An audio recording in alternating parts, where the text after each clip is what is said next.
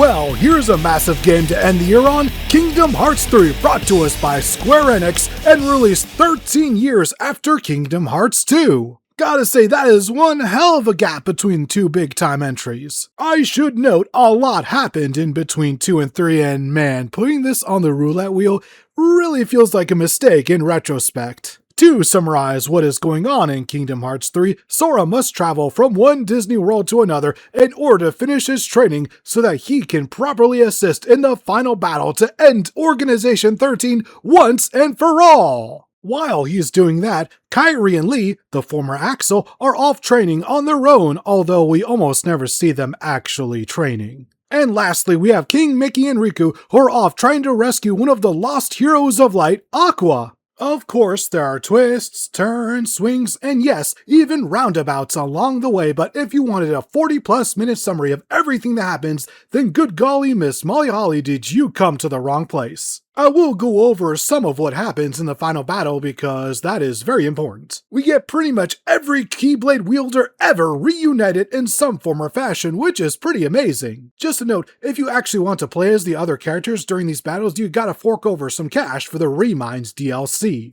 On an even more sour note, Kairi gets captured and then fridged just to motivate Sora to sacrifice himself in the ending. They had better give Kairi something to do in Kingdom Hearts 4 because this is getting ridiculous. Heck, make her the protagonist of a side game. We all know how much Kingdom Hearts loves making those. Just do something! I'll say this for a final note on the story. If you enjoy shonen as fuck anime, you might dig this. If not, then you'll be lost in the sauce because they get, especially at the end, super anime. Alright, let's talk Disney Worlds because that's one of the main appeals of this series. The first we visit is Olympus, although not the Colosseum for once, but a whole honkin' area, complete with the town of Thebes, a mountain to traverse, and to cap things off, Olympus itself. The world is here to tell the player that we aren't on the PS2 generation anymore and can travel more than 10 square feet before heading to a loading screen. This is really shown off in the toy box, which is the world of course, Toy Story. The first area, Andy's room, and the neighborhood outside isn't anything special. However, the toy store is a 3-story mall with a ton of space to explore. Just look at all this space, it's so spacey!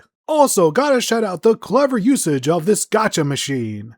The Tangled world is another massive one that's just fun to run around in, especially with all of the bright colors. I gotta note how beautiful this game is, and I'm not even a game needs to be a 10 out of 10 graphics type of person, but god dang does this make my brain happy. After that, we get to the factory from Monsters Inc., and it features a good variety of industrial locations. On top of that, we also get a couple of segments of rail grinding. Those are always a good time. Mostly when I'm not getting hit. Then we get season appropriate with the Frozen World.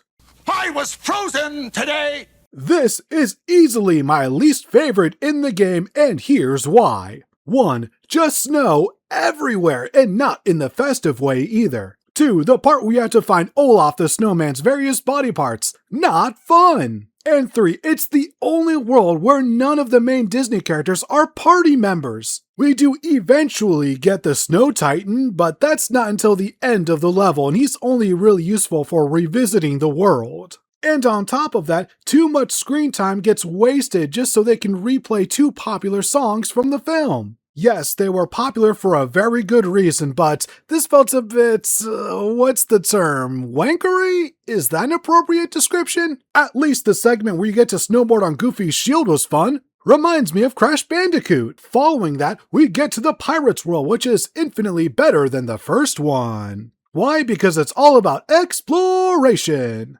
After completing 90% of the critical path of the level, the game lets you loose and into this open world area, which is honestly pretty cool. You can easily lose a few hours just exploring all of the islands. The ship combat isn't too shabby either. I mean, it isn't Pyro Yakuza, but I will take it over Assassin's Creed 4. Oh, and by the way, I've only ever watched the first Pirates film, so a lot of the plot is lost on me here. Now for our final world, San Francisco, aka the world of Big Hero 6. We got a tiny little garage and a big old city. Design-wise, it's fine enough, but if you haven't seen Big Hero 6, then you won't be getting much from this world, I'm afraid. Thankfully, I have, and thus this world rules ass! Our only non-Disney town world is Twilight Town, or 2 districts of it. Yeah, they really shrunk this place down, which is unfortunate. We can't even go inside the mansion! At least they're able to render the whole world into one loading zone, which is pretty cool, especially if you go straight from Kingdom Hearts 2 to 3. They also added in a cooking minigame to tie in Ratatouille. It's fine, but you gotta really be on the hunt for ingredients in order to make dishes, which you can use to give your team some temporary stat buffs. Some of the minigames can be pretty difficult, so make sure you have plenty of ingredients before visiting the bistro. The gameplay also changed quite a bit. You can now upgrade your Keyblades so that way, if you have a favorite, then congrats, you can keep it until the credits roll instead of tossing it aside for a new one. You can also access extra forms of the blade by successfully executing combos, and some of those can be pretty OP.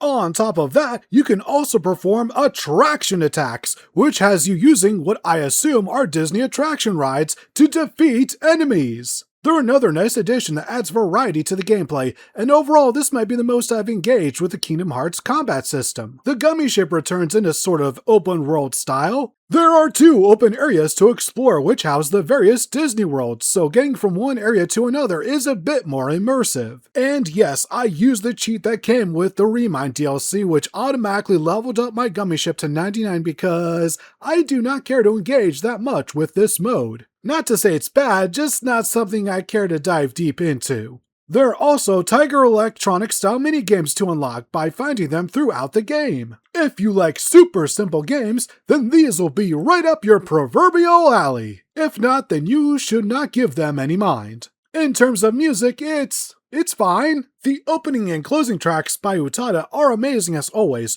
and Don't Think Twice has become a staple on a metric fuckton of my playlists. On top of that, any remix of songs from KH1 or 2 are also pretty damn good, but any made specifically for 3 are in one year and out the other, I'm afraid. As for some final grievances, where in the name of all that is fuck are the Final Fantasy characters? I get it that the original characters are basically Final Fantasy in and of themselves, but it just feels weird having a game whose main selling point is Disney cross Final Fantasy and yet, no Final Fantasy! Really hope the 4th game more than remedies this. Can you imagine Clive in a family-friendly setting? Hook that into my veins! And one more thing, keep TJ Miller and Quentin Flynn the hell away from future projects. The world has enough sex pests roaming around, and the last thing we need is them anywhere near work geared towards a younger audience. And that was Kingdom Hearts 3, one hell of a ride, I'll tell you. Is it perfect? Hell no, but did I have fun? In the words of Stone Cold Steve Austin, oh hell yeah! Kingdom Hearts, much like Mass Effect, Dragon Age, or anything made by Insomniac, are just my jam.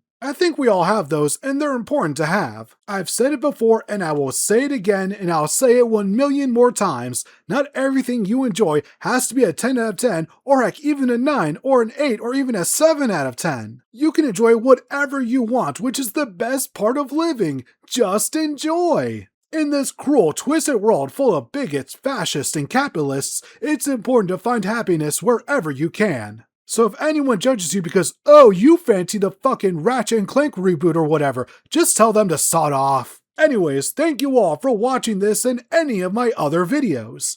2025 was a fun time, but 2026 will be bigger and better, and it will finally feature cameos! From whom? Just you wait. Just you fucking wait!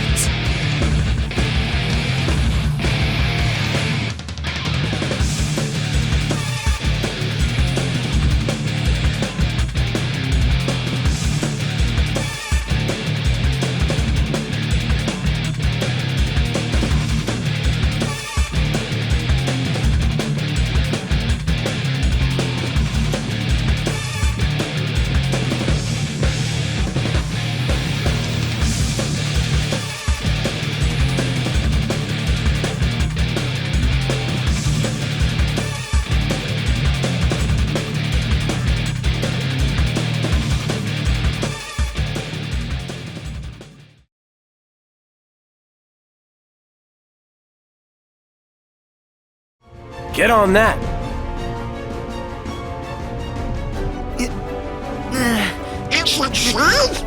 Hope so. Like this? That's good. Now hold on tight. Whoa! Hurt! Maybe we should... I don't think this is a good idea! Oh!